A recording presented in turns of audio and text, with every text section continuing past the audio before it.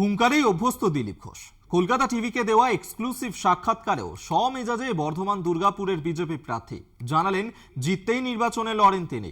দলের বিশ্বাস রয়েছে, তাই তাকে কঠিন আসনে পাঠিয়েছেন। 18তম লোকসভা নির্বাচনে ঢাকে কাঠি পড়ে গেছে।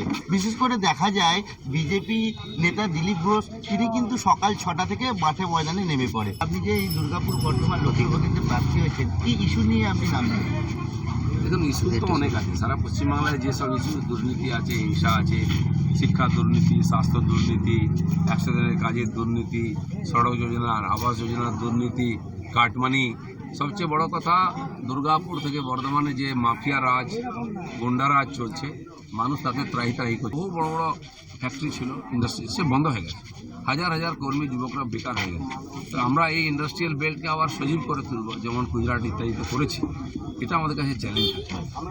এই বর্ধমান দুর্গাপুর লোকসভা কি এবার পরিবর্তন হবে? পরিবর্তন হবে না। আমরা গতবারে কম ভোটে জিতেছিলাম, আর বেশি ভোটে জিতেছি।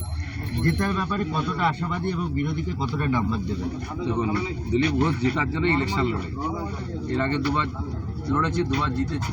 আমার পার্টির আমার উপরে ভরসা আছে, তাই এটা একটু টাফ মনে হচ্ছিল। ইলেকশনের পরে খুব মারপিট হয়েছে, কর্মীরা বসে গেছিলেন, তাই আমাকে পাঠানো হয়েছিল। সেই কর্মীদের সঙ্গে আমি 8 বছর ধরে কাজ করছি, তারা আমি আসার পরে উজ্জীবিত হয়ে উঠেছি। জেতার কোনো সন্দেহ নেই। কত ভোট বাড়বে আমরাও ভাবছি, টিএমসিও ভাবছে যে বিজেপি কত ভোটে জিতবে। গোষ্ঠী কোন্দল কোনো সমস্যা ফেলবে? কোনো গোষ্ঠী কোন্দল নেই। গোষ্ঠী কোন্দল কোথায় দেখতেই পাচ্ছেন, দৌড় মারছে ওদের প্রার্থী।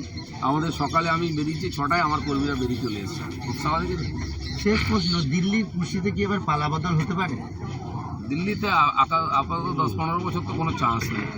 মোদি আছেন, নাহলে মোদির কেউ তৈরি করার লোক ওখানে বসবে, পদ্মফুল থাকবে। কারণ যারা তাকিয়ে আছেন তারা রিটায়ারমেন্ট নিয়ে নিন, কারণ সময়টা আর পাল্টাবে না। দিলীপবাবু জানালেন দিল্লির কুর্সিতে কোনো পরিবর্তন হবে না, এখনো 15 বছর কিন্তু দিল্লির কুর্সিতে মোদি রাজ করবে। বর্ধমান থেকে ক্যামেরায় রঞ্জিত পণ্ডিতের সঙ্গে চন্দন সেনগুপ্ত, কলকাতা টিভি।